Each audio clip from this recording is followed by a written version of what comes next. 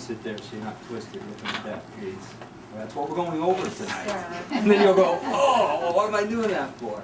All right, for those of you who haven't met, I'm Dr. Schimmel. I'm the senior doctor here. I've been doing this now for 21 years. We found out about 18 years ago that patients really wanted to learn a lot about what they can do to take care of their spine. So we put together a slideshow, which has now become a PowerPoint on computer. Unfortunately, I have people here that can turn this on for me because all I got to do is push the button.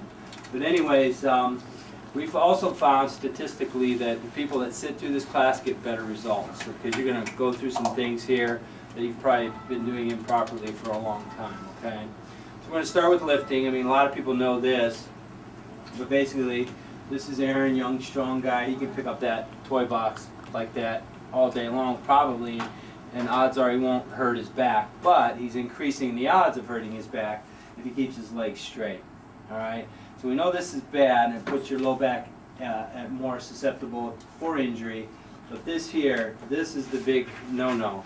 If you would happen to bend and twist with your nose going this way and your toes going that way, it's like me putting my hands on your arm, squeezing real tight, and going in the opposite direction.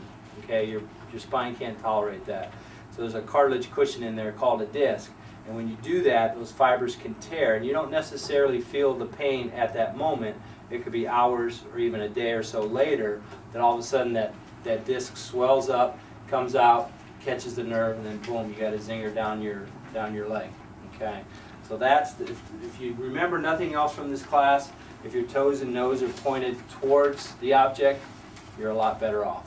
Okay, it's when we get in a hurry and we don't think about it, we reach back to grab something, bam, there it hits. Okay, so you're going to learn a lot more tonight, but if that's the only thing you remember.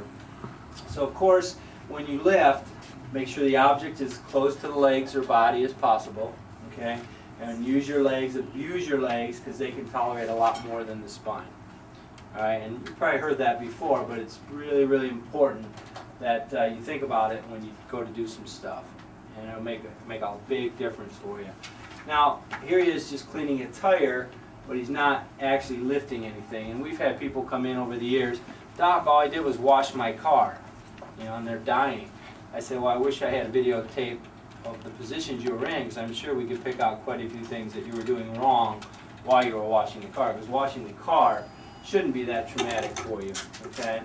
So we can see again, we bend down, toes and nose pointed towards the object, and that puts a lot less strain on the spine.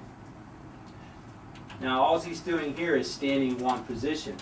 Really, that should be pretty simple, but what we find is most people will stand with their knees locked into extension, and as soon as you do that, that engages the muscles in the back of your leg called the hamstring, goes right to the butt, and then right up into that lower back and tightens it up real fast.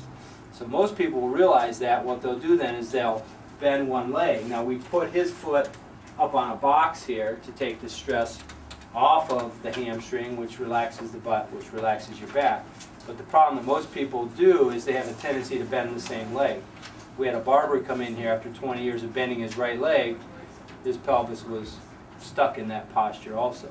So if you're going to do something where you have to stand in one fixed position for a long time, make sure you rotate legs. Now we put down every half hour, but just remember to go back and forth between the legs. I mean, it kind of comes natural, but some people don't realize it.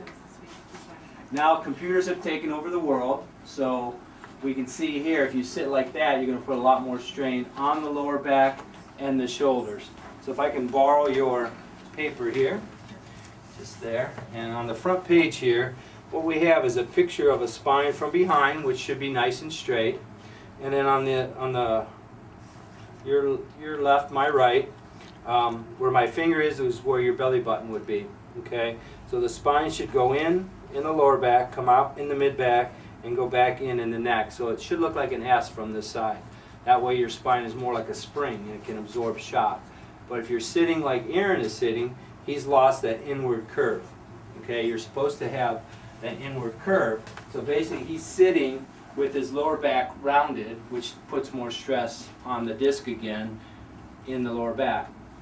So what we highly recommend is that you sit with your spine going inward. Most vehicles now have an adjustable seat cushion that will put pressure up against you.